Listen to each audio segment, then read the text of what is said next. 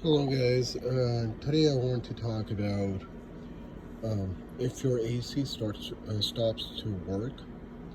Um, so like you have it on cool and it was working fine, and all of a sudden um, it, everything is running but it's not cooling no more.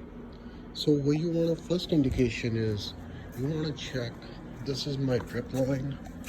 You can see is dripping water.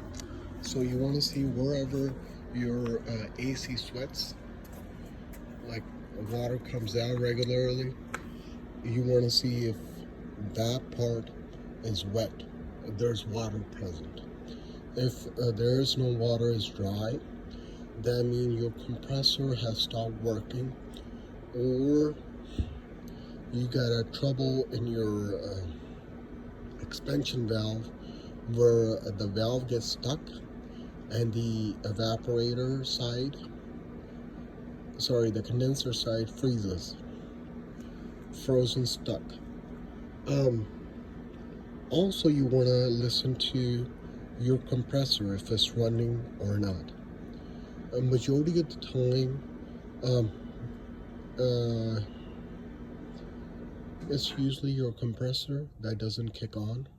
So you will have this outer fan that's running, but you can't hear your compressor.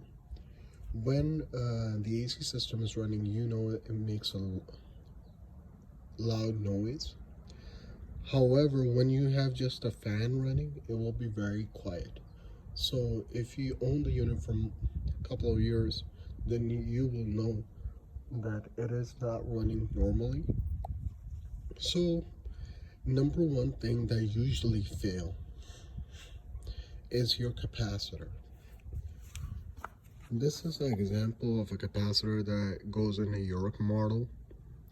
Um, if you if this happens to you, usually it happens on the weekends when you can't get someone to fix the AC system for you. Um, what you want to do is look at your model. This one has the information in the back. You can go on like Amazon or eBay and look up the type of capacitor it takes. And usually you have to just take this plate off, this plate. Make sure you go to your breaker box and unplug everything before you get in there, because it does contain a 240 volt, which will kill you. So it's nothing you want to play with without taking proper precautions.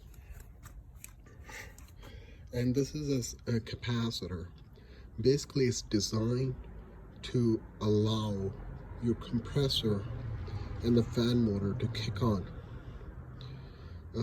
when your AC system gives it the signal.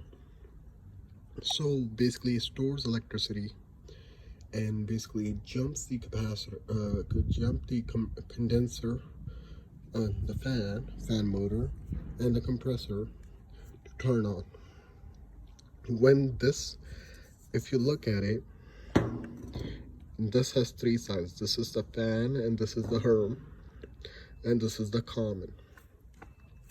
What happens is it has three different chambers, so your fan side will be okay, but however your compressor side is bad. And this thing only costs like $10 or $15 on eBay or Amazon.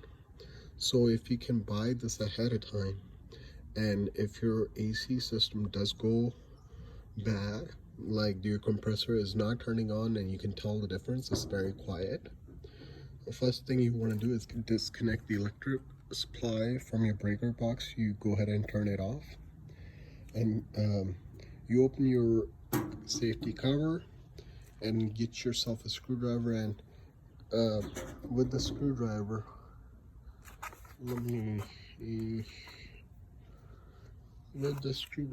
just a second.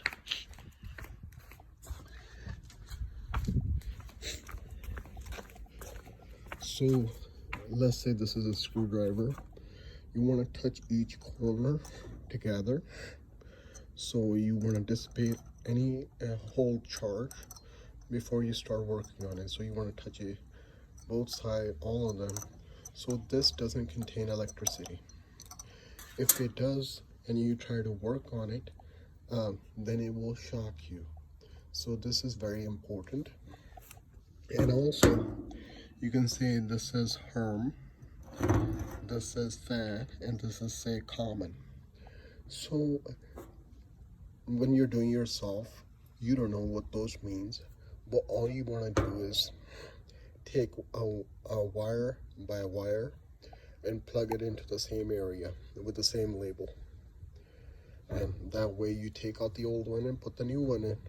You plug everything in, you turn on your breaker and turn on your unit. And it's probably going to take 5 or 10 minutes when your compressor kicks on. If your compressor kicked on, then this was your problem. 80 to 90% of the AC calls the technicians get are usually they have to just replace the capacitor, and that's it. And this unit only costs $10 to $15. See? So this way you can save hundreds of dollars. Who knows how much they're going to charge you?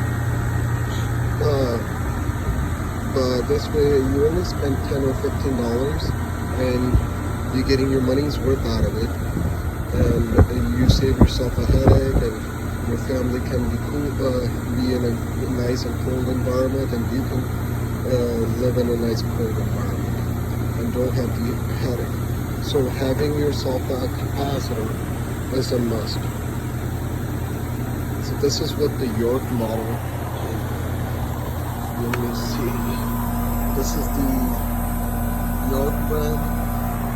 I